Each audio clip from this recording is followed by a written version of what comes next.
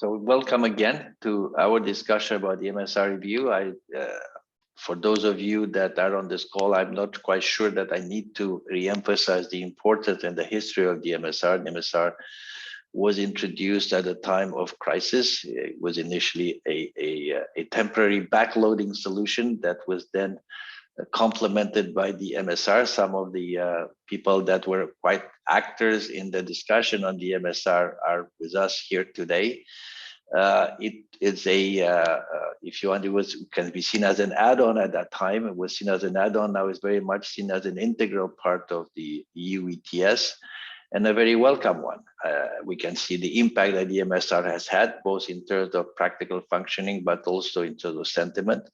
The EU ETS is a very different ETS than the one that we had before the MSR was introduced. However, like all good policy instruments, they are in need of a review, and there is a review of the MSR that is scheduled. We think it's important, and it's important because we are entering a new world. So far, we have dealt with decarbonization of the power industry. We have been in the situation where we have had a market that has been, generally speaking, quite oversupplied. But we're moving into a market of scarcity, and we're in a market where prices will probably more than anything else spike up than collapse, or at least that is the sentiment. You never know what markets will do. So it's a different MSR, and also an MSR that's going to have to function with a whole pile of other instruments. You know, the CBAM is one of them. Will there be an impact of the CBAM in terms of hedging? The hedging of the whole industry is changing. The power industry is hedging in a different way than historical, maybe due to the decarbonization. Industry is hedging, which wasn't doing that much in the past. Again, would they be CBAM hedging? So a lot of changes. At the same time, we continue to introduce complementary measures. You know, we used to call them overlap measure, but I think now we're calling it complementary measures. And the MSR from that point of view will play an increasingly important role. How the price is going to evolve, what the role of the price of carbon is going to be in this very period of transition between now and 2030, when there will be deployment of that very key technologies. Will the price be the total driver? Will there be other complementary measures that would help? So all this kind of discussion make the MSR review important. We have pleaded always that the MSR has its role in the constellation, and that role should be respected. But I don't want to preempt. ERCST has done a piece of work at the end of 2019, looking at MSR review. We jumped the gun and wanted to think about how this review will be done. We wanted to understand what would be the parameters, what are the objectives, and what are the parameters that would measure those objectives. So we did a piece at that time, and now together with our friends at Bloomberg, we decided to actually do a mock review. Kind of talking about it theoretically is great. Actually doing the review and the mock review turns out to be a little bit more complex, because you start talking about real drama, real data, and sometimes it's not as easy. But nevertheless, we gave it the best shot, and we hope that this is going to contribute to the discussion to make the ETS continue to be great. So with this, what I will do is I will introduce the panelists. The presentation will be done by my colleague Stefano Cabras. Welcome, Stefano. He's had his hand in putting this together with Jean-Yves Canet, who's also somewhere with us, but also Domingo Angenechten, who has now moved on. But his contribution to this document is well recognized and appreciated and applauded. Also together with Jan Olsen from Bloomberg New Energy Finance. I'm not sure whether Jan is already joined or not, but anyway, this has been a joint effort between BNF and ERCST. We will have reactions from three participants. We thought that we'll get diversity in views. So Sam van der Plas from Carbon Market Watch, which you all know is one of the members of the civil society that's been quite active, as the name would say it, quite active in following this, and we welcome that scrutiny. I think that scrutiny has to exist, and we all play different roles, but they're colleagues, and I'm happy that you could join us, Sam. Daniele Agostini from NL. Daniele and his NL colleagues have played quite an important role in making that the idea of MSR takes root and it evolves and it's present. So Daniele is somebody that has worked in quite a few hats in this business of carbon. Now he's in charge of in general carbon policy, decarbonization, not only in the EU but broadly. So Daniele, welcome. And Ingo Raming from Commerzbank. I think that the financial sector is playing an important role in the trading, in understanding how the MSR comes to play, and in general, making sure that its functions, the ETS functions at the market. So I think I'm happy that Ingo could join us because he would give us a perspective that is a little bit different from what Sam and Daniela will give. At some point, Lavinia Teodorescu from DG Klima. Welcome, Lavinia. We're glad that you could join us. We know if you're on the constraints that you have in terms of time, both you and Hans and Polona and Bea, Jordi, and we appreciate very much you taking the time and joining us with this. We also know that you are constrained in the amount of things that you can say, considering that you are working on this. So we also appreciate this. Whatever you can share with us and your impressions of what the work we've done is welcome and appreciated. So having said all this long presentation, what I'll do is we'll now go to the presentation, and I'll share the screen. So Stefano, do you want to take over from here and make the presentation? And then we'll go to the three panelists and then discussion, and Lavinia will intervene when she thinks she's ready for that intervention. We hope that we will have Jan Olsen joining. Again, he seems to have internet problems for some reason, but a joint effort of Bloomberg New Energy Finance and ERCST. So Stefano, you have the floor.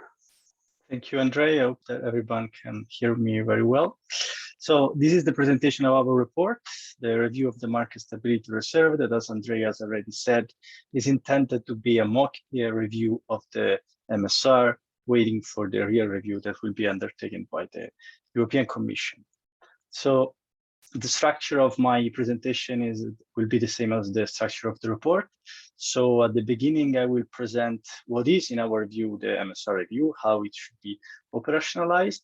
Then in the second part, we will perform an assessment of the MSR according to the parameters that we think are important to consider. And then the third part, it consists in a scenario analysis that will help us to understand how the MSR review interacts with the review of all the other tools of the EU climate policy frameworks. And in the end, we will try to draw some conclusion and to offer some key takeaways from our analysis. So the legal basis of the MSR review is contained in Article 3 of the MSR decision that requires that an assessment of the MSR should be undertaken periodically. The first one after 2 years from the start of the MSR operations in 2021, so this year, and then every 5 years. And so the next one will be 2026. Article 3 also indicates some elements that are to be included in the review. And they are the intake rate, the appropriateness of the threshold levels, and so the threshold that triggered the MSR intakes, and then the impact on the MSR on competitiveness. And this is interesting, and as we will see, this is maybe harder to assess. However, while the Article 3 does indicate what are the elements that should be included in the review, it doesn't say how the review should be structured in practice and how this analysis should be carried out. Therefore, in 2019, ERCST made a paper preparing for the review of the MSR, where ERCST put forward some practical proposals for structuring the MSR review. And so the starting point for ERCST is that, of course, the MSR review should be focused on the ability of the MSR to deliver on its stated goals, so on the goals that are indicated in the relevant legislation. And so we should answer three simple questions. The first one is, of course, whether or not the MSR is delivering upon its stated goals. And then, if not, what are the reasons behind the underperformance of the MSR? And if it's the case, and if it's needed, what changes could be made to this legislation to improve the MSR functioning? Before going straight to the goals of the MSR, I think it's worth stopping a moment to analyze what is the rationale for an MSR and why an MSR has been chosen in the first place as a tool to provide supply side flexibility to the ETS as opposed to other alternatives. And I think it's worth mentioning at least three reasons why this was the case. The first one is that the MSR is a predictable instrument. And so it affects the market in a predictable way so that market participants can adapt and can act proactively with a view to the intervention of the MSR. In fact, the MSR acts according to a predetermined set of rules, of numerical rules, and acts gradually as opposed, for example, to other solutions such as a one-off cancellation or rebase of the cap. In addition, the MSR is a volume-based instrument, and this is very coherent with the very nature of the ETS that, as you know, is a cap and trade system, and so is based on volumes rather than on prices.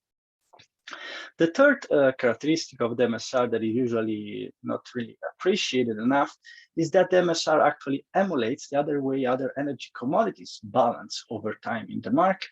And so as other energy commodities, when demand is low with respect to supply, what happens is that the price would go down and demand would go up consequently, and the opposite happens as well. And the MSR tries to mimic this dynamic, and it does it quite well, as we will see. Then when it comes to the goals of the MSR, the relevant legislation, so the MSR decision quotes two main goals. And the first one is to, of course, for the MSR is to eliminate the historical structural supply-demand imbalance within a reasonable amount of time. But this is not enough. In fact, the second goal says that not only the MSR should deal with surpluses in the present, but should also prevent from these surpluses to happen, these imbalances to happen again. So to these surpluses to pile up again in case of new events, again within a reasonable amount of time. Therefore, we have two definitions here that need to be given to better understand the MSR goals. And the first one is what is an imbalance, and the second one is what we define to be a reasonable amount of time for the MSR to absorb these market surpluses, these market imbalances. So for ERCST, let's say our definition of market imbalances is composed of two different elements. One is focused on the present, so the current scarcity of in the market. That is to be identified with the TNAC, so the total number of allowances in circulation, being within the two thresholds that are put forward in the MSR decision. So 833 million allowances for the upper threshold and 400 for the lower thresholds. But this is not enough, because we should look also at what the expectation of market actors for the future are. And so if these expectations are aligned with current scarcity, because if the TNAC is quite low, but prices are low as well, this means that maybe market actors do not expect this scarcity to persist in the future as well. The second one, as I said, is what is reasonable amount of time. And here, we think that in the first place, the MSR should enable the ETS to deal with market surplus faster than in a scenario where there is no MSR. And since the average time for businesses to take investment decision is 3 to 5 years, we think that 3 to 5 years could be also intended as a reasonable time frame for the MSR to absorb these imbalances. There is also a third goal that is mentioned in the Article 3 of the MSR decision, and this is the Msr Impact on competitiveness. We know, of course, that to promote competitiveness of the EU industry is not the main goal of the MSR and shouldn't be. But since this is so important, especially now in the debate around the ETS, concerns about competitiveness and carbon leakage, we think that is an element that should be factored in when reviewing the MSR. And so here we can pass to the second part of our paper, that is the actual assessment of the MSR. And so we operationalized the three goals that I remind you are to eliminate the historical structural supply imbalances, and then to prevent these imbalances from happening again. And third one, the impact of MSR on competitiveness. We operationalize these goals through some indicators. And so these indicators will allow us to perform the actual assessment of the MSR. So the first goal is to eliminate historical structural imbalance. And the first indicator that we use to assess whether or not the MSR is doing its job is the TINAC for 2019 and 2020, so since the MSR started its operation. And what we noticed that in 2019, the TINAC dropped significantly from 1.65 billion to 1.38. However, in 2020, the combined effect of the economic fallout of the COVID crisis and the UK that auctioned 2 years of its supply made the TINAC increase again by over 90 million.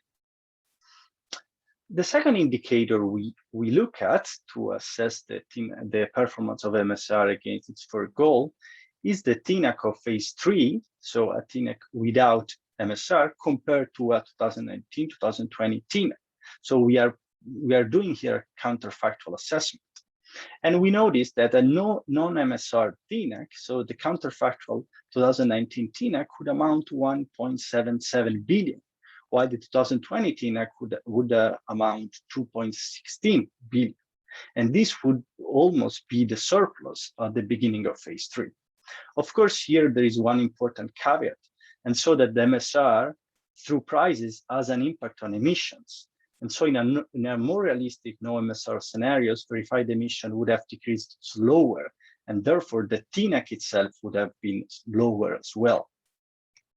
But however, if we focus just on TINAC to make our assessment, we should say that MSR does prevent TINAC from spiraling out of control, but however, it fails to do it continuously, so to reduce the surplus continuously, as the 2020 case study indicates. There is also a second caveat, if we want, and it is the fact that a great part of the allowances that are now in the MSR have never been part of the TINAC in the first place. In fact, there are not only the 900 million allowances that were backloaded in phase 3, but also the unallocated allowances of phase 3 that were put into the MSR. The third indicator that we look at is the number of allowances that will be invalidated in 2023 compared to the historical surplus. And when we define historical surplus, we think just on the number of allowances above the 833 million threshold, plus the allowances that were backloaded and the allowances unallocated in phase 3, and the total amount to 2.27 billion allowances. We don't calculate allowances under the upper threshold because we think that a contained surplus, so a surplus that is minor than 833 million allowances, provides the necessary liquidity to the market and allows installation to hedge their position. So it's actually a positive surplus, let's say. The Bloomberg estimates say that in 2023, we could expect 2.43 billion allowances to be invalidated. And this is therefore more than the entire historical surplus. And it means that the surplus generated after 2018 will already be starting to get invalidated in 2023. We can now pass to the second goal of the MSR, and so is the capacity of the MSR to keep the TINAC in the range of the threshold in case of new events. And here it's necessary to define what new events are. And new events can be defined are all those changes that had not been foreseen by the regulator in the regulatory scenario when establishing the parameter of the MSR. And they could encompass overlapping policies that are taken at the member state or at the EU level, but also changes in market and economic conditions. And for example, economic shocks, and the COVID crisis is a perfect case study here. And so to analyze the impact of all these events, we assessed a few likely emission pathways. And the first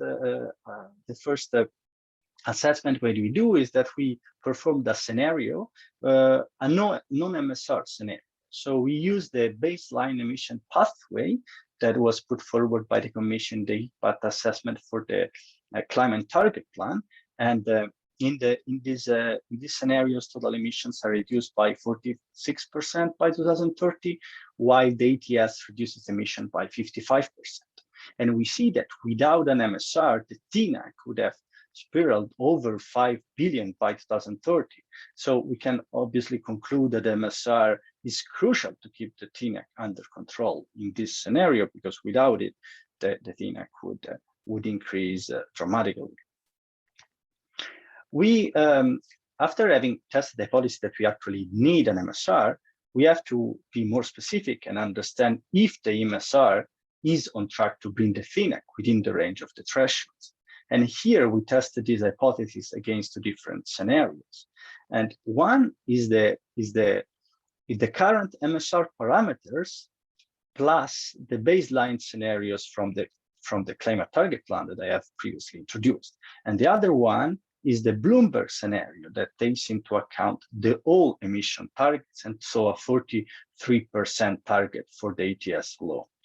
And in both scenarios, we see that the TNAC decreases in the first part of the decade, but then in the second part, it increases again.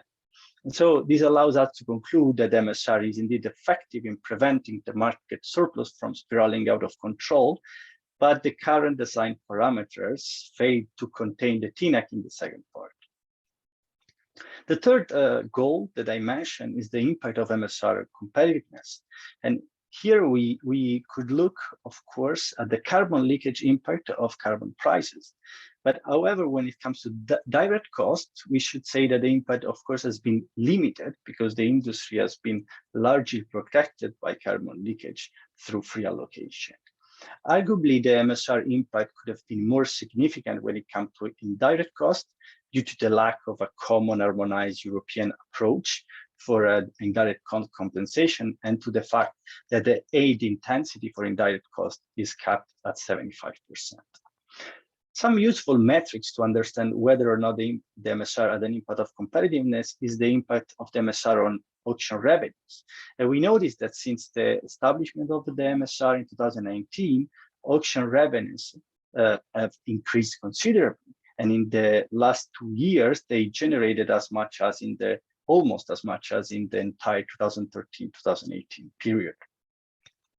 The MSR has also, through its impact on prices, some implications, very important implication for the innovation and the modernization funds, which are that are both linked to the price of allowances. And so when we look, for example, at the innovation fund, the Commission expected the volume of the innovation fund to be between 6 and 11 billion, with a carbon price of $15, but with between 15 euros, and 25 euros. But today, with carbon prices that are over 40 euros, the value of the innovation fund would increase up to 19 billion. So the impact of the MSR has been considerable. The same applies for the modernization fund. We passed from 6.311 billion, this range, to 14 billion. The last part of our presentation is a scenario analysis. Of course, here a scenario analysis should not be intended as a tool to predict the future, because we know there are so many factors that affect what will happen in the next decade. However, we think that this provides a useful interpretative lenses to understand how the MSR review interacts dynamically with other pieces of the EU climate policy framework that will be reviewed as well this year in July. Also, it's important to understand that MSR, through its impact on prices, will affect deeply the way in which the EU will achieve the 2030 target. And so its parameters should be calibrated so as to ensure that the pathway towards 2030 will be as smooth and effective as possible.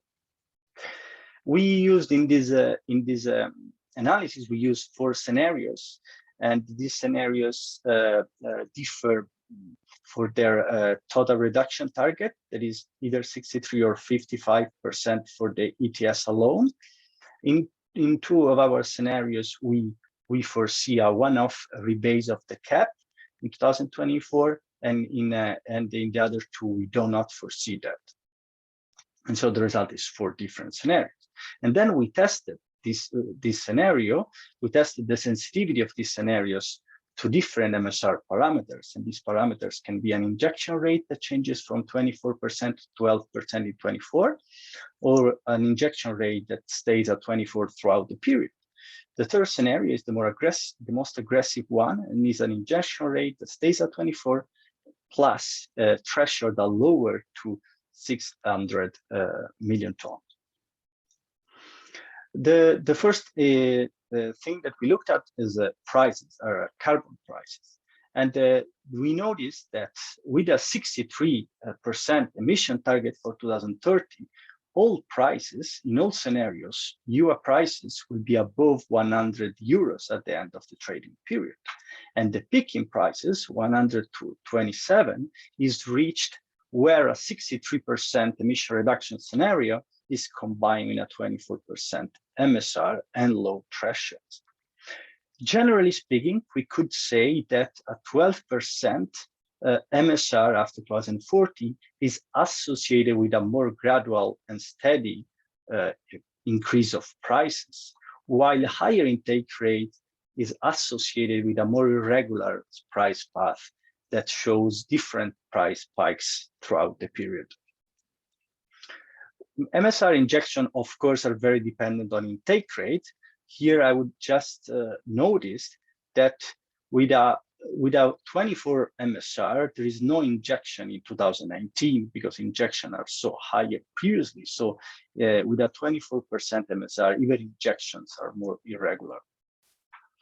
Emissions. So this is a very important aspect, of course, because it is the fundamental goal of the world climate policy architecture. And we see that the emission path is largely independent from the actual MSR injection rate. And we also notice that the cap, so the overall target, is the real driver for emission reduction here.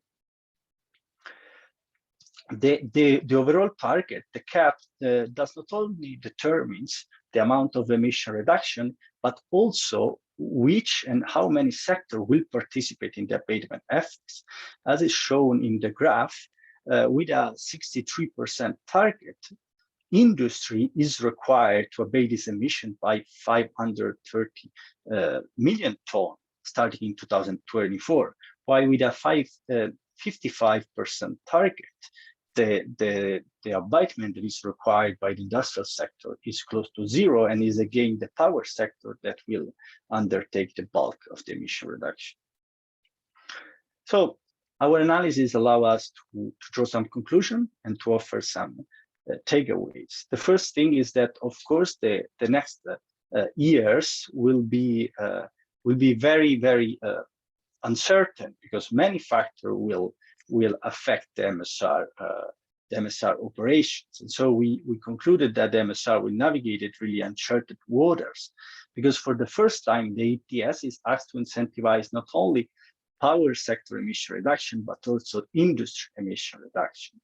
And so the ETS will be asked at the same time to support aggressive decarbonization, but also to protect from carbon leakage and to preserve the competitiveness of the EU industry. And we think that the EU industry will likely better deal with a smooth upward carbon prices trajectory, rather than with a bumpy one over this training phase throughout 2030. And as our analysis showed, a 12% MSR seems to guarantee more price stability throughout the period with respect to for 24% MSR. And we also think that this would be also respectful of the divisional labor that is foreseen in the legislation for MSR LRF. So the linear reduction factor will be the real driver for emission reduction, while MSR will deal with short-term market instability. And this is the task of the MSR in the first place. And on top of that, we should stress that a 24% MSR doesn't lead to significant additional benefits in terms of emission reduction. And so these benefits are not enough to offset for the price instability that a 24% MSR would create.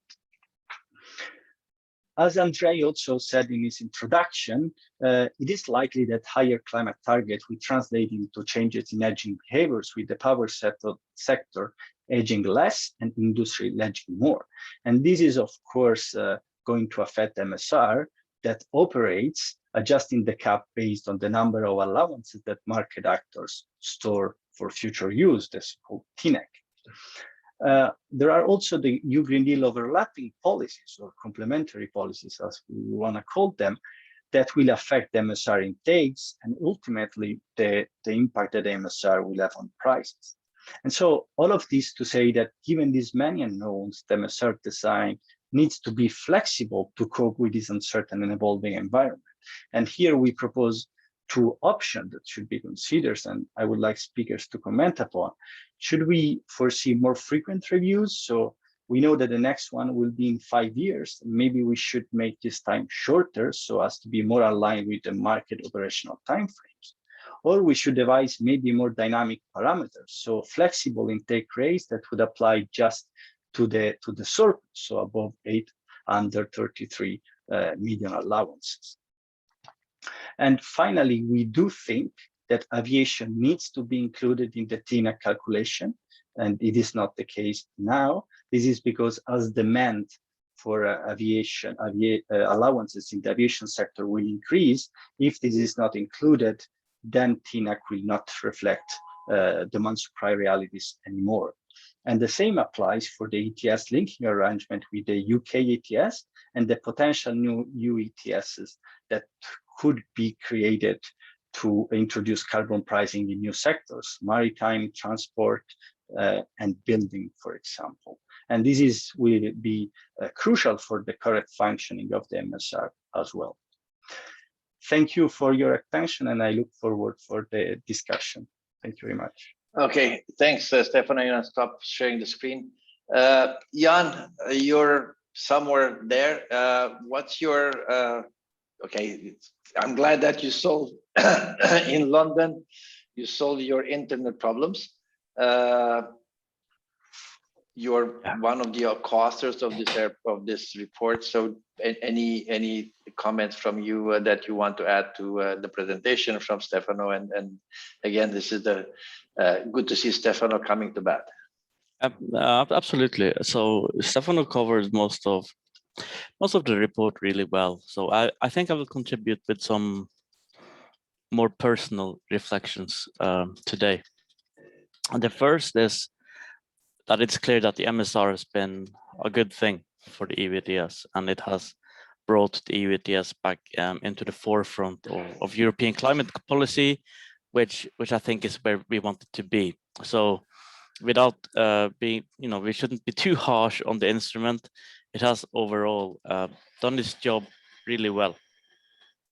The second is more of a, I don't know, question or philosophical musing, however you want to put it.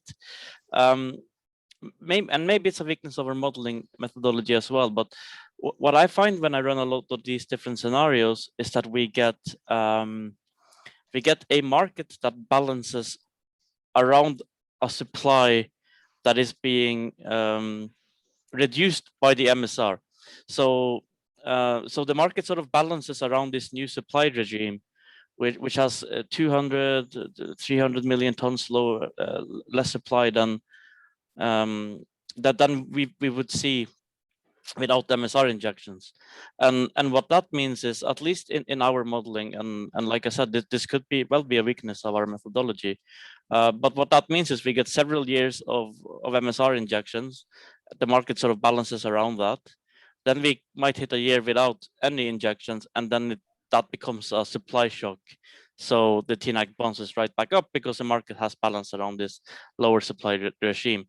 Whereas I think what would be ideal, and what the MSR really is there for, or what I think should be the normal functioning of the MSR, is for there to be no injections, and then if the oversupply is going too high, then we get injections. So we get the market balancing around the supply as it is set up by the linear reduction factor in the ERCST directive.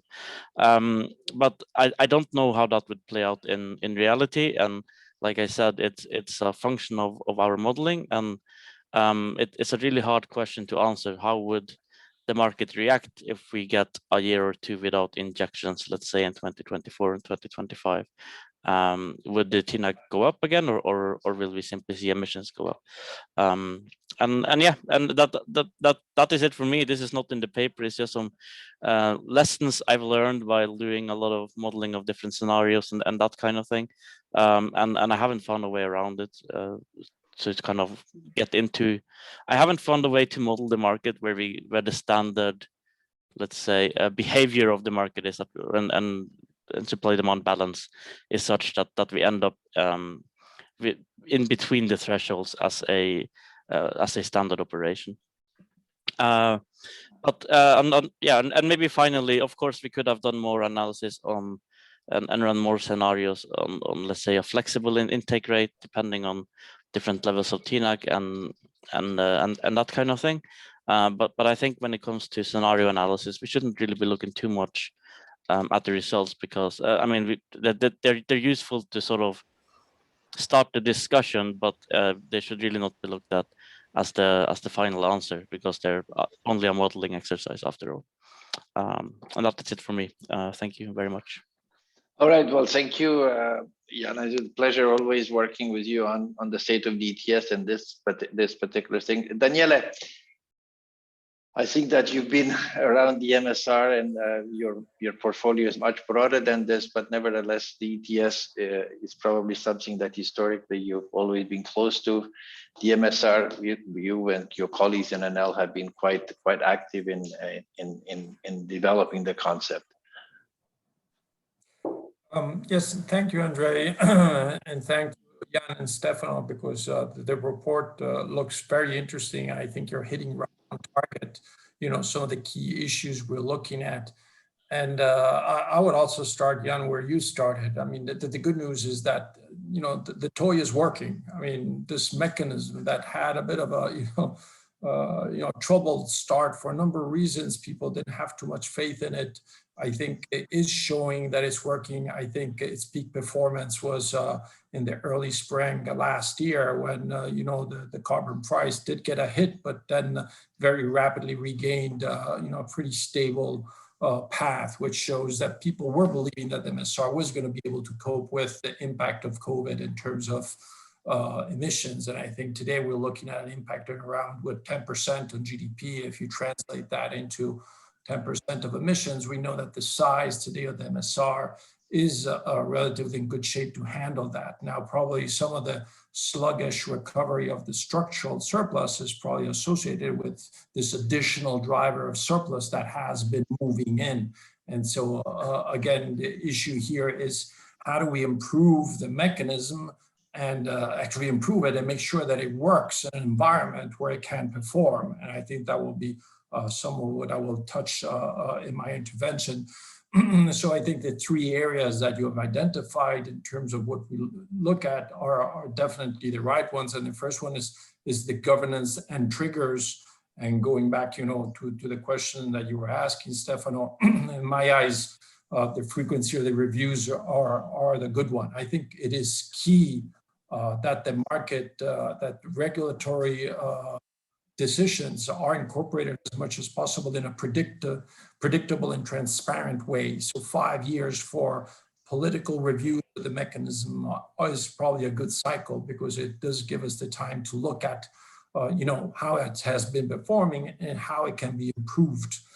At the same time, and I think this touches also, Jan, to some of the things that you were talking about, the idea of having dynamic parameters that actually follow a bit more and adapt more swiftly to what is happening on the market in the context is a very good idea.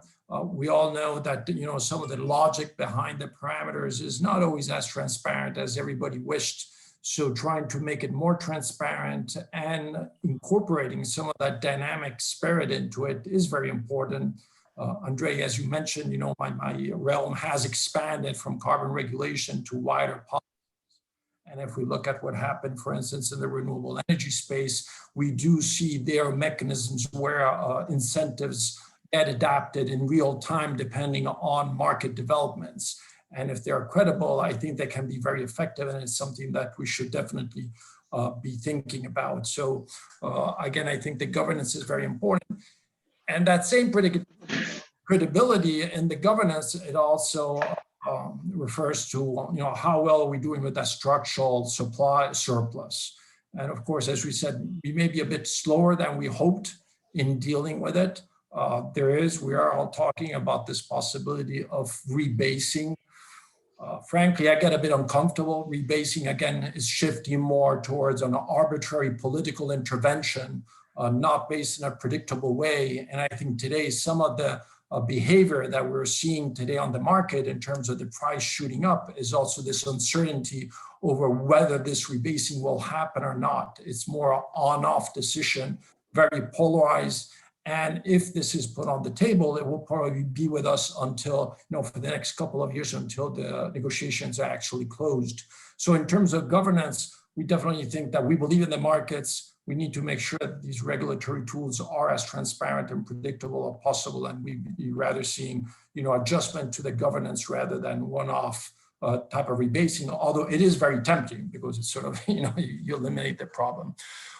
As I move on to the other two areas, the one of the intake and reinjection parameters, of course, a lot will have to do with the overlapping policies or complementary policies that are being set out, and also the timing of those policies. The European Commission is doing a great job in trying to coordinate that input so that the different objectives are coordinated with each other. We know that in the first time around, the clean energy package, the actual renewable energy and energy efficiency targets was more ambitious than originally planned, which fed a further surplus into the market. So I think there's good news on that side. On the other side, in terms of intake rate, I think what's really going to be difficult is the scope expansion. And again, this has come out in a very unpredictable way, if you want. It's been put on the table with, the logic is not always clear. Again, we're very strong on the decarbonization, and we see the advantages of putting these sectors into the EU ETS in terms of capping. However, they can destabilize the market. So we are very much supporting the idea of, if we want to apply carbon pricing to these additional sectors, we should make sure that for the moment they're standalone and eventually linked into the mainstream. Again, the UTS sector at the moment is working. The MSR is getting fine-tuned, but expanding the scope may also destabilize the MSR. So that is definitely very important. In terms of the actual parameters, I remember we had discussed originally the disadvantages of a higher absorption rate. And I agree with you, Jan, this sort of going up and down, and that we see also in the simulations is a very valid point. On the other hand, if we are concerned that the structural surplus has to come down, we do need to extend the 24% beyond the 2023. So I would see it more, of course, not up to 2030, but definitely, we need more after 2023, maybe with a formula that is more dynamic, so that then it can taper out and go back to 12. But otherwise, I think we'll still be doomed with that excessive surplus, structural surplus. And then I'll go quickly, hopefully, down to the third area, which is the band. I think the band is fundamental. The band in the end is where we imagine the market should be, our target, our goal. And of course here, it is very important, how we adjust it. How we adjust it will depend on different aspects. Again, here the scope, very important. So that's another reason in my eyes for not expanding the scope too quickly, but making sure that it's either it's separate systems. And again, I have my doubts sometimes on how carbon pricing can apply in the transport and the building sector because of their very nature, or it's a phased in slow movement. The band also determines where we are along the abatement cost curve. I think, Stefano, some of your thinking on the 63 versus 55% is very valid. With 63%, you're reaching into the industrial sector. However, I think with 63%, it also means that the ETS sectors are going to keep shouldering the load of this decarbonization. I think at this point, the building sector and the transport sector really need to kick in. So in my eyes, to keep insisting on those industrial sectors to decarbonize, it won't be fair and won't be as efficient. So I'd be more for a rebalancing towards 55%, which gives a strong signal to the building sector and the transport sector that have been really lagging behind. At the same time, 55% is true would not be reaching directly, and I know with Sam, we had some talks on this, so we might be disagreeing on some of this stuff, may not be touching the industrials in their structural form, but I also think that we really need to get together a good decarbonization plan for industry like we did in the power sector. There were very focused programs, good incentives that spearheaded with voluntary policies and got the sector moving in the right direction. I think in the industrial sector, we are not yet at that stage. We have the opportunity to do it now with the European Green Deal, and we should really pursue it. So I won't be too concerned if we're not reaching that quickly into industrial sectors, especially because industrial sectors will then be relatively quick to move on once they realize that we're going serious, whereas the transport and the building, they're just too far behind. So again, recapping my intervention on the governance, I think more dynamic parameters will be great. We need to be predictable and transparent on the integrate dynamic parameters, but we do need 24%, and we should refrain from rebasing just in order to keep the credibility of the market. And on the band should be lowered, probably 200 to 400 is the range that we're looking at, but that will very much depend on where we're setting the overall goal of the abatement, whether it's 63% or 55%. Thank you. Thanks, Daniela. I think I am very glad to hear that you emphasize something that I think we share a belief in, and we wrote a paper a long time ago in another time, 4 or 5 years ago, about governance.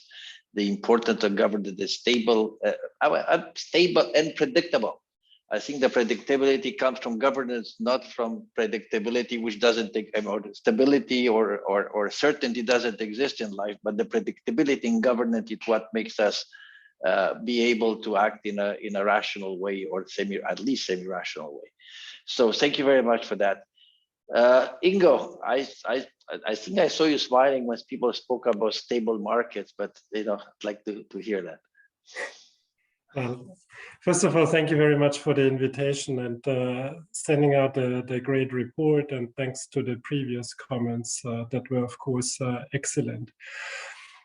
Let me start similar to the colleagues before in stressing that the introduction of the MSR was, at least from my perspective, possibly one of the most important reform pieces of the EU ETS. And I think if the MSR wouldn't have been introduced, and especially the intake rates strengthened, I'm not sure if you would have a discussion on EU ETS today, because we were at a time when obviously this was just like an optional value that was trading somewhere, and it didn't matter that much from a pricing perspective, from a corporate strategy perspective on that. So I think introducing the MSR and then as well agreeing to strengthen the MSR was one of the most important pieces. And you could possibly describe it, it was a piece of action at a time of inaction in European climate policies, when there was no way to agree on raising ambition and that carbon pricing and ETS matters. So that's, I think, the important point if we look back at the EU ETS. Now, obviously, it's about the reform, the review of the MSR. And I think with that, you pointed out these points like governance, dynamic parameters, bands, and sectors. I think let's start with prices have moved. And I think prices have moved not only because of the MSR since March, prices have moved since March because of the clear signal of raising ambition. Of course, the MSR helps to look through, helps to reduce the supply in T0.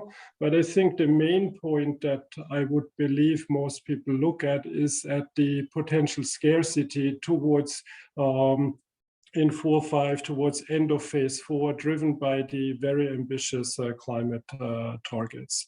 And I think, so the second point that has changed is that different to when the MSR was introduced, it seems that we have an ambitious climate policy, meaning that some people argue that the MSR was raising ambition through the back door. Now we have it through the front door with agreeing on 55 and net zero on that side. And that possibly has then questions about the cancellation. I think the third point that I think is important if we look at the review of the market stability reserve is that in the next coming years, the EU ETS will become less power-centric. It will focus on the decarbonization of the industry. If we get other sectors parallel or in the EU ETS, transport, shipping, and all the other factors, that will only make that impact bigger. But I think in general, focus will shift to other sectors. The market is less power-centric. And that, of course, has to be included in a review. Daniele mentioned the change in the MSR bands as one parameter. And that, of course, is one very important point in this point. I think the fourth point that I wanted to make in this context is that the MSR was driven by the structural surplus. And it was created as a tool to get allowances out of the system. To reduce the structural surplus on that side. And I think that was important and that was timely, and as mentioned before, was obviously key to save the system in general.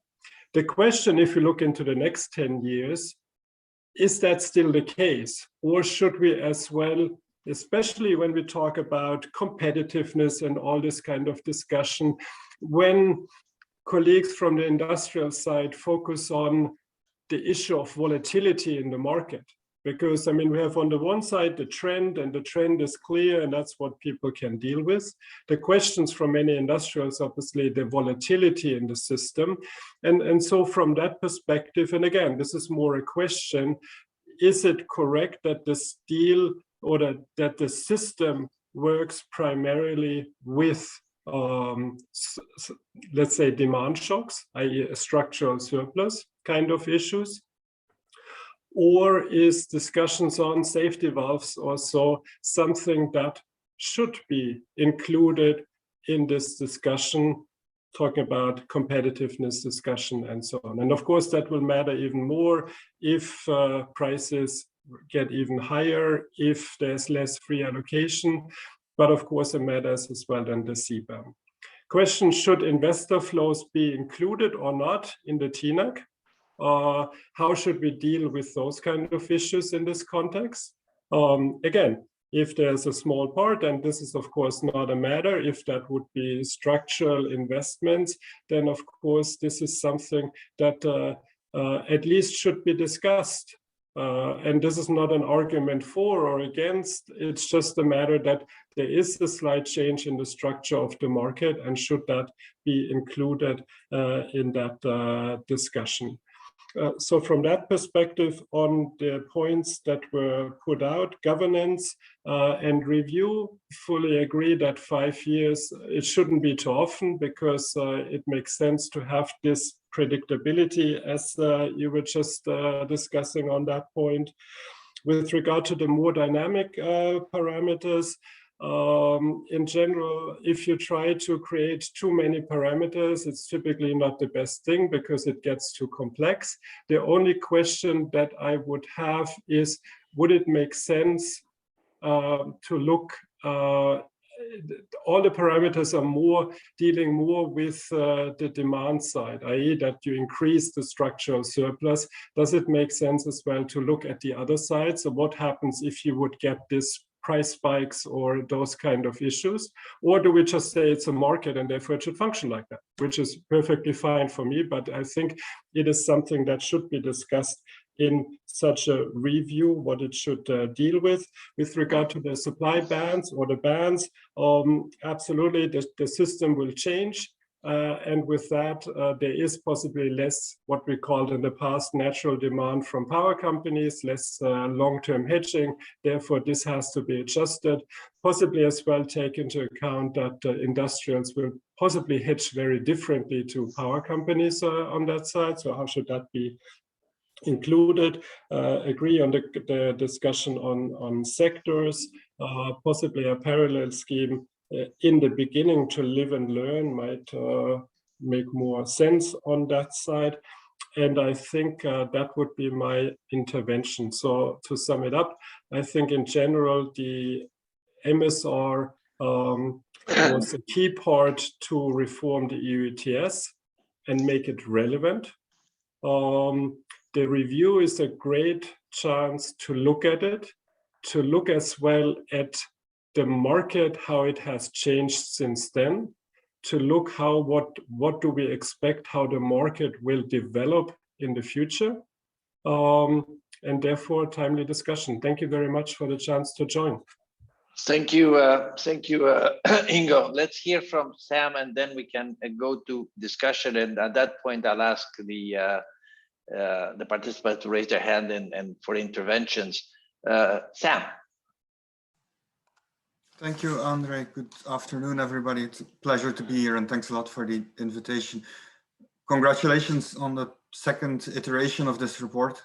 It's always nice to see an existing framework being used again and updated in light with the new developments here. It's a timely discussion also because it's a discussion we're not having in isolation just about the market stability reserve, but really making the ETS fit for the implementation of the European Green Deal and the longer term climate targets. And I guess the other backdrop is the historically high carbon prices, 48 euros per ton today and yesterday. I was reminded, I think about 2 weeks ago, this Google Photo app has this notifications, what were you doing 5 years ago? I was in front of the European Parliament with NGO colleagues protesting because the EUA price was €3.95, the price of a hamburger. We were auctioning hamburgers in front of the European Parliament. I'm glad, relieved that those days are over.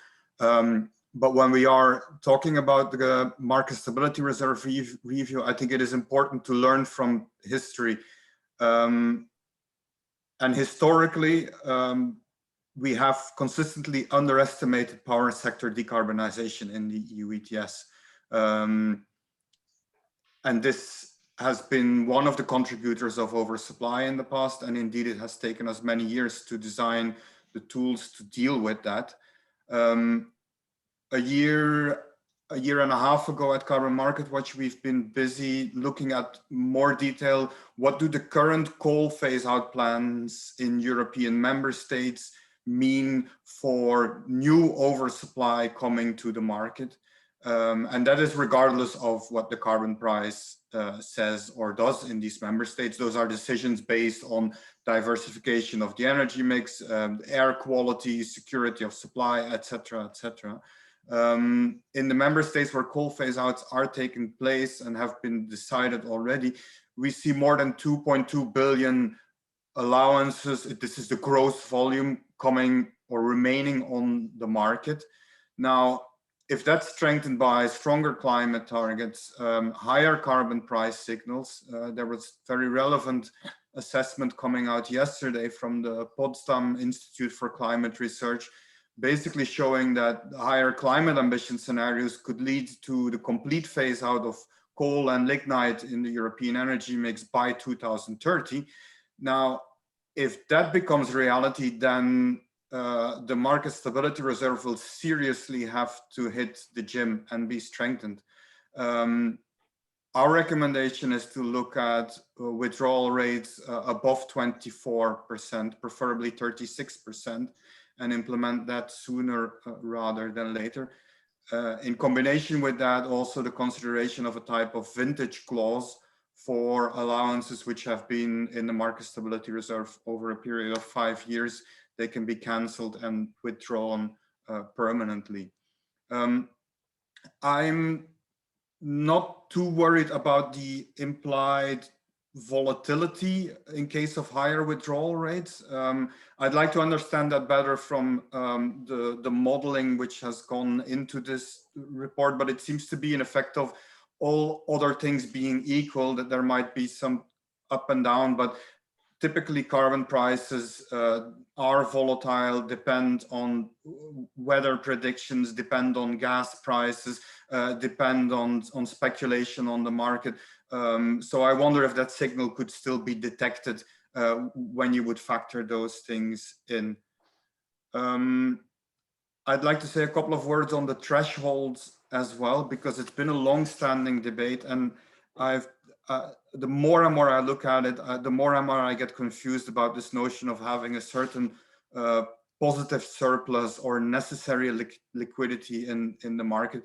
It's difficult for us, civil society. We're not compliance entities under the ETS to see how that's done in practice, but it's clear that from the reporting which is there from power companies, hedging practices are widely diverse.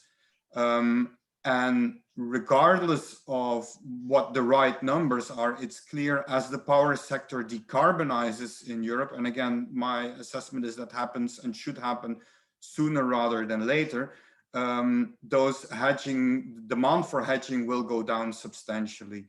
And therefore, probably in line with coal phase outs by 2030, the thresholds also need to drop to zero by 2030. I think it's also important to keep in mind that even if you recognize there is some need for hedging, this can be done also in alternative ways than just buying the allowances and putting them on your account. Providers have other solutions there. And then finally, I wanted to also speak about the impacts on competitiveness, jobs and growth, also one of the goals you have assessed in this report. From our perspective, it's really important to clarify the market stability reserve withholds emission allowances from auctions. It does not touch the share of free emission allowances. And also from the ERCST report, the State of the ETS 2021, which was published recently, what we see is that over 95% of all the industrial emissions taking place under the ETS are still covered by free emission allowances. It's my understanding that the market stability reserve design, perhaps unfortunately, but whether we like it or not, it's not touching the share of free emission allowances. That said, we need to find better solutions, alternative solutions for industrial decarbonization just as well. And this is finally where I do think that stronger targets, which also help to decarbonize industrial sectors sooner rather than later under the ETS, are vital. it won't happen on its own. I agree there with Daniele that looking at complementary policy instruments, innovation support, clean technology mandates, etc., will be very important. And I'm also willing to admit that public support will be needed to help those industries to decarbonize. I get extremely worried when I see comments from the steel industry in the Financial Times today, basically saying the past decade and a half, they haven't really worried about the carbon market because prices haven't been high. And today they have a serious problem because prices are going up and they don't know what to do. Yeah, you haven't been paying proper attention, or you haven't listened to what we've been trying to say all along, is my assessment in that case. That's it from my side. I look forward to the rest of the discussion. Thank you very much. Well, Sam, I tell you what, I expected many things, but I didn't expect to hear Carbon Market Watch quoting the Financial Times. That is certainly something that is where we are indeed in a new world. When civil society quotes you back the Financial Times, it is a new world.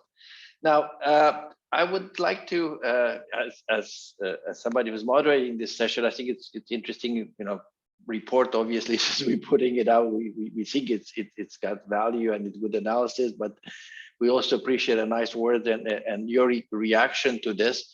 I'm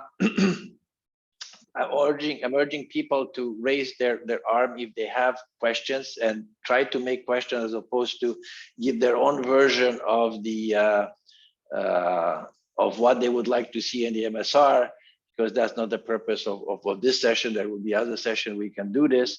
So Magnus Nielsen, I think I gave you the floor if anybody else would like to have the floor. So Magnus, if you want to try and keep it short so we can have a dialogue. Yeah, I'll try.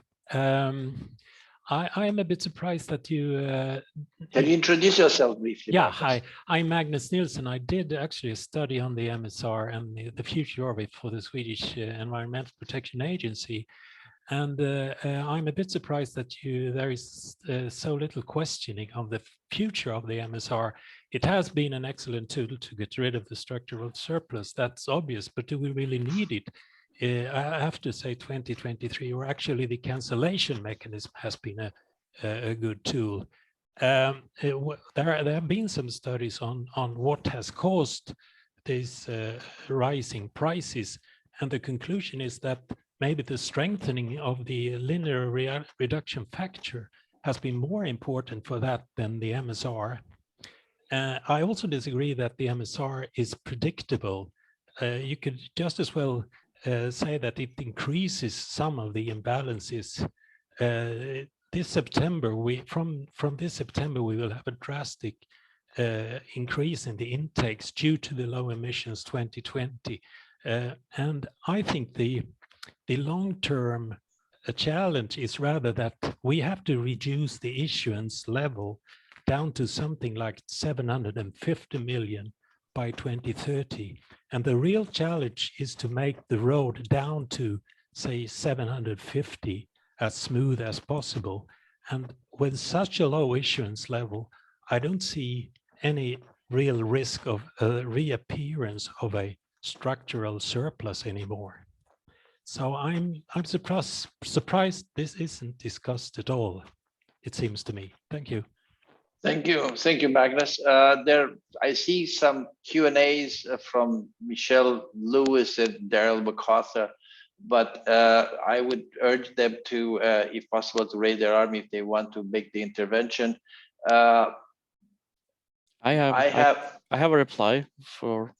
Yeah, Magnus. allow me for a second, if I can, to take a couple before we do this, Jan, so we can get, rather than that becomes a kind of bit of a bilateral. So I get Michiel van Dissel from Exxon, and then we can go come back. Michiel? Yep, thank you everyone. Fascinating discussion. Michiel van Dissel with ExxonMobil.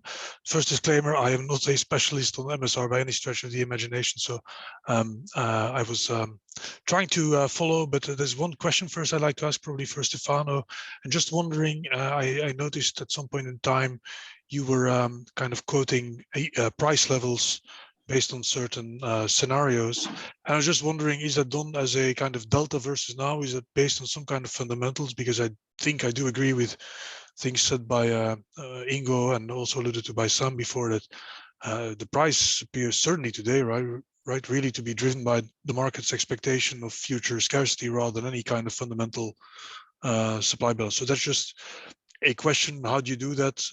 Because knowing how big that speculative layer, if I may call it that way, is, I'd be interested to get your insights on that. The second bit is, I'm really, as opposed to Sam, who kind of talks as a non-compliance person under ETS, I'm taking the other side, of course, and very much following the debate on moving from decarbonization of power to decarbonization of industry. With ETS price going up and free allocation reducing, and of course, lots of talk on ambitions outside of the European borders, but precious little talk about any serious carbon pricing being enacted. We hear a lot about the CBAM discussions. Possibly that may work for a few simple sectors, if you will. Based on everything we hear today, it's very unlikely, in my view, that that would work for the more complex sectors. So I'm just wondering, the idea of using the what's in the MSR for future purposes rather than the invalidation, to see how some of those can be made available for free allocation for the sectors that are not going to be eligible or not going to be selected for a CBAM, whether that's a point worth looking at, or potentially using it for the future CCFDs or all those kind of programs that people are talking about to help industry decarbonize while remaining competitive. Thank you. Thanks. Jan, you wanted the floor, and then we'll go to anybody else on the panel that wants to react. Jan, you want to start? Sure. So starting with Magnus, this is kind of what the issue around, do we need an MSR or what do we need the MSR for? Is a little bit related to my comment earlier, and where I stated, you know, the normal operating of the phase of the MSR should be no injections, right?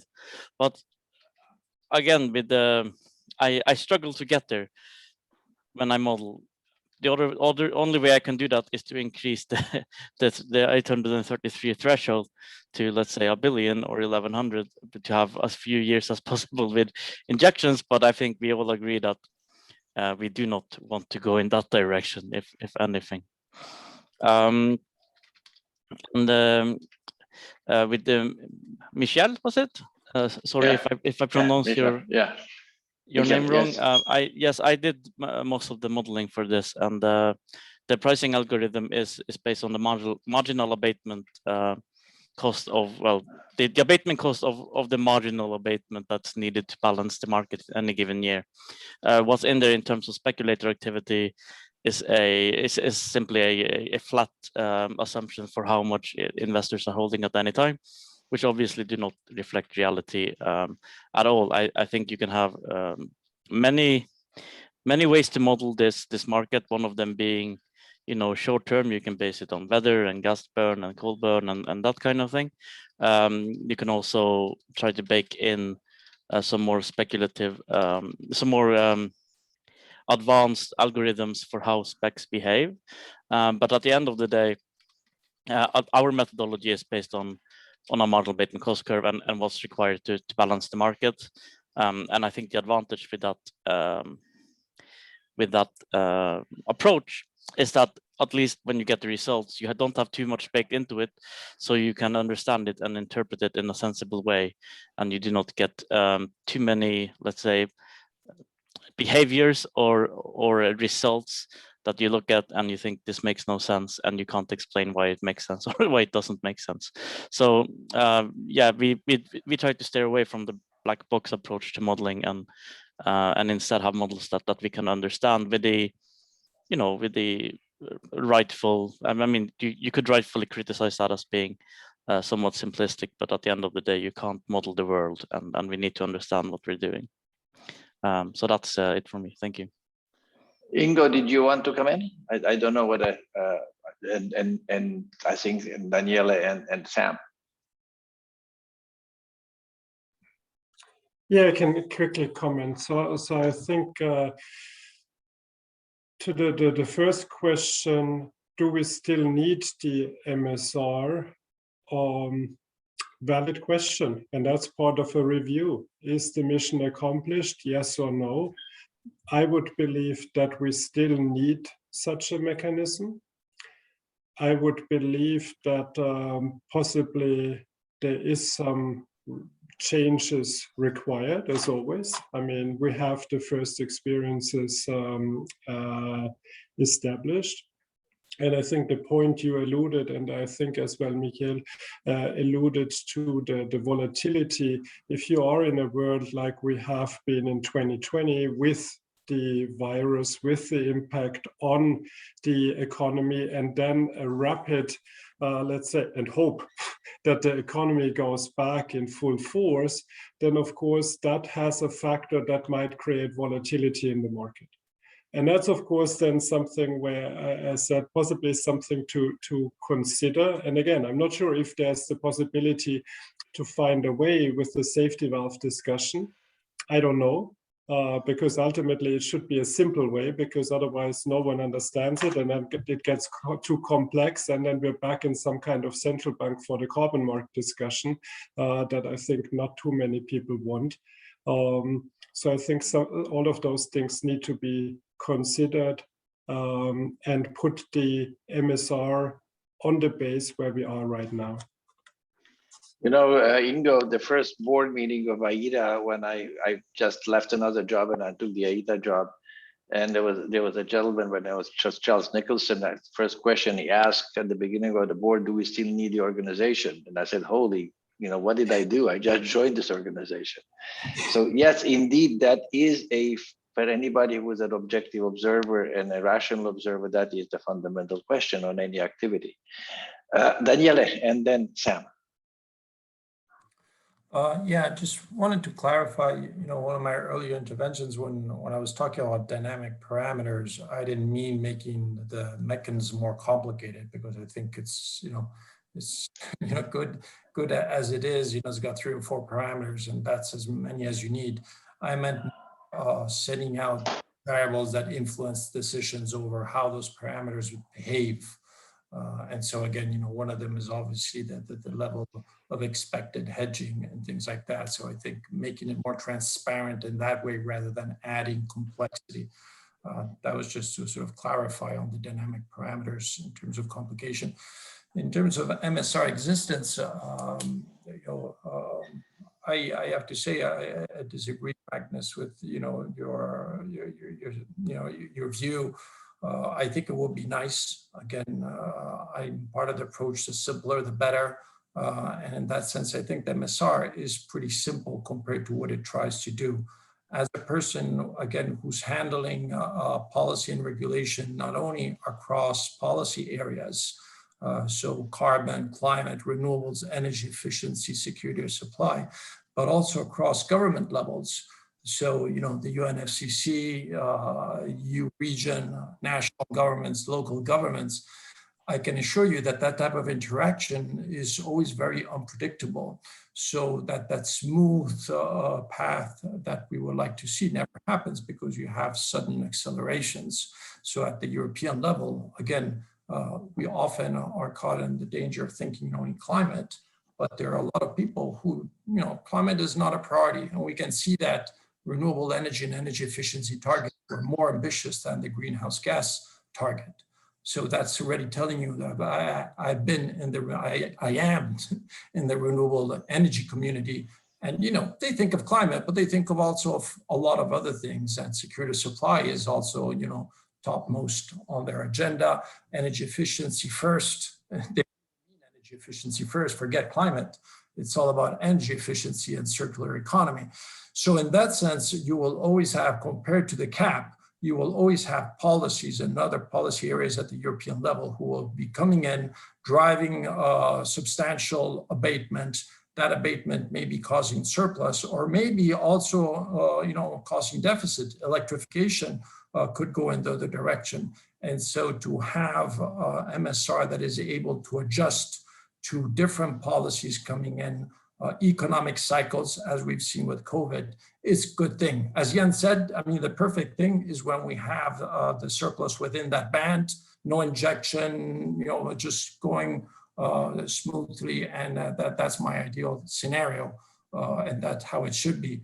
Also keep in mind national policies. Today, coal is being phased out partly because of carbon price, but partly because countries like Italy and Spain are really pushing through with political decisions that are going to be creating surplus, and then we're going to be falling back and having surplus. Do we want surplus? And so I really think that MSR needs to stay in there. There was a question on volatility. I think volatility is good as part of every market. If you look at any commodities, I think Ingo will teach me that some degree of good volatility needs to be there. It's just a question of trying to provide. Markets always imperfect in terms of information. So I think it would be good if we had the volatility in the market due to technology, due to industry, due to weather, but not due to regulation. I think the more, as much as possible, information on what's going to happen from the regulatory side should be as transparent as possible. And that's why I think a good MSR would make sure that some of that is filtered out. Yeah, thank you. Thanks, Daniele. Now I will ask Sam, but then I'll ask Lavinia Teodorescu to kind of come and give us her impression of, to the degree that she can, because again, they're working hard on this file now. But Sam first. Thanks, and yeah, to agree with Daniele here on the kind of the role of the MSR, and also ensuring that when multiple policy instruments exist, that they can work hand in hand constructively. We've seen many years of debates of the superiority of policy instruments and what is the real cornerstone. And look, climate change, climate crisis, and tackling that appropriately is a difficult job, and we need to muster all the tools and instruments we can get on board. And the Market Stability Reserve ensures that this goes hand in hand and becomes a race to the top instead of to the bottom. On the question on industrial support for industrial decarbonization coming from ExxonMobil, if I understood correctly, the suggestion was that the MSR could be used to also give more free allowances or perhaps more support for dedicated investments in energy intensive sectors. It's a good point because it will directly impact the share of auctions versus the share of free emission allowances. And currently, in the next decade, we will roughly have around 6.5 billion emission allowances handed out for free to energy intensive sectors. At current market prices, or even let's say 40 euros per ton, this is a monetary value of 250 billion euros in the coming decade. I mean, it's also with taking that perspective, the European Court of Auditors had a detailed look at the functioning of the free and emission allowances. And basically, and this is not an NGO, right? This is the watchdog of European public spending. Basically concluded that currently this is untargeted and does not help industrial decarbonization. So we much rather see more focused measures, including support, but then you have the auctioning of emission allowances as also an existing resource which could be targeted to those industrial sectors, whether it's petrochemicals, steel or cement. There are major barriers there which will not be solved by the ETS alone, but I do think the ETS can be a driver and dedicate funding to clean breakthrough technologies so that we create a solution space rather than the eternal discussions on carbon leakage. Thanks, Sam. Lavinia, are you there somewhere? Yes, I'm here. However, I realize we have very little time, so I will try to. By all means, please go ahead. In any event, I have the most difficult and at the same time the easiest position, since everyone has said interesting things. But sorry, I realize my video is not on. This is better. So it's the most difficult because there's nothing interesting I can say right now. However, this is likely to change soon, I hope. So first of all, thank you to everyone, to the panelists and to the discussants for the discussion. It was really very interesting. It was really very good. Congratulations on the study. I think we read it with a lot of interest, and we are very happy in general for the discussion that the MSR fosters. I would like to just make a few points. So first, we're happy to see that there is some agreement that the MSR worked well. I think my main point is that sometimes it's difficult to distinguish the impact that the MSR can have compared to other EU ETS measures. And so, for instance, for the past, in 2018, there were other measures at the same time that strengthened the ETS. And in the meantime, there were some expectations that the ETS would be strengthened in the future. And so it's difficult sometimes to make this difference, and it's probably going to be even more difficult in the future since there is increased ambition as well. So I think that is something that we have to keep in mind. I think Ingo raised that quite well. Yeah, in terms of the current MSR, you had a point about the surplus this year, and I think we will publish the TINA communication in a couple of weeks. But I think we all expect that the TINAC will be affected by COVID and by the lower emissions, and that the MSR will intervene. I think it was very interesting to see the results of the modeling exercise, and I fully agree with Jan that it can be very difficult to do, very complex and yeah, tricky, because there are, of course, new hedging strategies, there are new technologies that can come in, the market is complex, it's complex to model. There is a lot of uncertainty in the modeling on the future policy changes. So it is good that you can bring a little bit of light on this uncertain future. Yeah, I think we see quite some consensus on analysis on what is being looked at. I think not only from you, but also from other studies, like we had the MSR workshops last month. But I think there is much less consensus that we see in these kinds of discussions on where this should go. So what should be the intake rate? What should be the thresholds, or even whether we should have an MSR at all? So yeah, as far as we are looking, as you probably saw in the OPC, in the open public consultation questions, at all of these elements and what their impacts are going to be. We are looking at the interactions between the MSR and the other design options of the ETS, bearing in mind that the MSR must continue to provide stability for the market in these new conditions. Yeah, with all that they bring. And I think it's a great chance to apply what we've learned and adapt the MSR to this new world. So yeah, thanks again for the report and for inviting me. Well, I hope that you this conversation helped a little bit.